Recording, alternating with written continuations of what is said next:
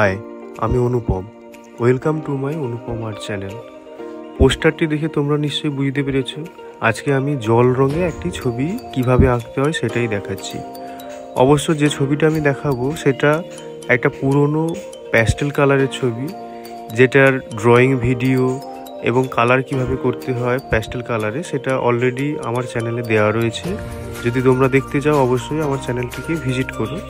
আজ থেকে আমি একই বিষয়কে কেন্দ্র করে কিভাবে মোম রং এবং জল রং একই সঙ্গে করতে হয় এবং তার কি কি পদ্ধতি রয়েছে, মোম রঙে কি কি করতে গেলে কি কি সমস্যা আমাদেরকে সম্মুখীন করতে হয় এবং জল রং করতে গেলে আবার কি কি জিনিস আমাদেরকে মাথায় রাখতে হবে, সেই সম্বন্ধে পরবর্তী ভিডিওগুলো আমার থাকবে। তো আশা করব ভিডিওগুলো সবার ভালো লাগবে এবং তোমরা অনেক কিছু জানতেও পারবে। তো যদি ভিডিওটা ভালো লেগে থাকে অবশ্যই লাইক এবং কমেন্ট করে জানাবেন এবং তার সঙ্গে অবশ্যই সাবস্ক্রাইব করে রাখবে আমার এই চ্যানেলটিকে পরবর্তী ভিডিওগুলো পাওয়ার জন্য। ধন্যবাদ।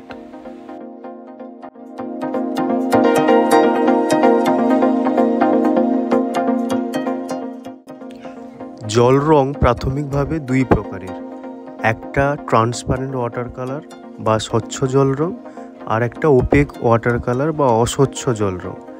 তা বাদেও আরও দুটো ভাগ রয়েছে, একটা টেম্পারা এবং আর একটা রয়েছে ওয়াশ পেন্টিং। এই ছবিটা যে পদ্ধতিতে করছি সেটা ট্রান্সপারেন্ট ওয়াটার কালার বা স্বচ্ছ জল রঙের পদ্ধতি। এখানে কালার পিগমেন্টের পরিমাণ কম নেওয়া হয়, জলের পরিমাণ বেশি নেওয়া হয়।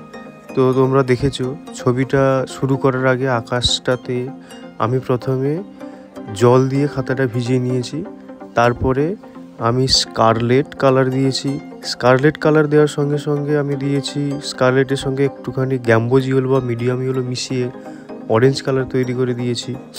তারপরে দিয়েছি শুধু গ্যাম্বোজ ইয়েলো কালার এবং তারপরে দিয়েছি লেমন ইয়েলো কালার দিয়ে আকাশটা আমি কমপ্লিট করেছি। আকাশটা করে নেওয়ার পর এরপরে মেঘে আমি যে কালারটা দিয়েছি, প্রথমে গ্রে কালারটাকে খুবই পাতলা প্রচুর পরিমাণে জল দিয়ে পাতলা করে একটা প্রথমের লেয়ার দিয়েছি। তারপরে মিডিল টোন চাপানোর জন্য সেই কালারের পিগমেন্টটাকে আরেকটুখানি বাড়িয়ে একটু ডিপ করেছি এবং তারপরে আরও একটু ডিপ কালার দিয়েছি। অর্থাৎ ওয়াটার কালারের ক্ষেত্রে প্রথমে আমাদেরকে মাথায় রাখতে হবে হালকা কালার বা লাইট টোনের কালার প্রথম চাপাতে হবে, তারপরে মিডিল টোন, তারপর ডার্ক টোন এবং প্রত্যেকগুলো টোন যেন একটা আরেকটার সঙ্গে মিক্সড থাকে। সেই মিক্সড করার জন্য কখনো কখনো জল তুলি, অর্থাৎ তুলিতে কোনো রং না নিয়ে শুধু জল তুলি দিয়ে সেটাকে মিক্সড করতে হতেও পারে।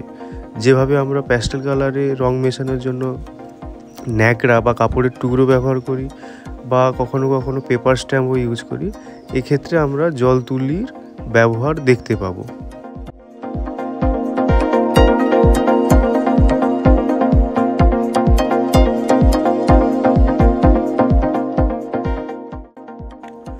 মোম রং করার সময় পাহাড়ে আমি যেভাবে কালার করেছিলাম, অর্থাৎ দূরের পাহাড় বোঝানোর জন্য হালকা কালার এবং যত সামনের দিকে পাহাড়গুলো আছে তাতে সামান্য পরিমাণে কালার ডিপ ব্যবহার করেছিলাম। ঠিক একই রকমভাবে জল রঙের ক্ষেত্রেও দূরের পাহাড় এবং সামনের পাহাড় এই পার্থক্য বোঝানোর জন্য হালকা এবং ডিপ এই রঙের কম্বিনেশন আমি এখানে ব্যবহার করেছি।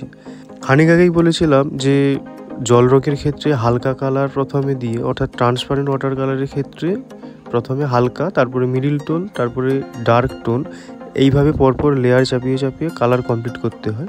কিন্তু কখনো কখনো প্রয়োজন অনুযায়ী ডিপ থেকেও হালকা করতে হতেও পারে। সেক্ষেত্রে মাথায় রাখতে হবে তোমাদেরকে যে রং মেশানোটা তোমরা ঠিকঠাক করে করতে পারছো কিনা দেখে নিতে হবে, আদারওয়াইজ দুভাবেই করা যেতে পারে।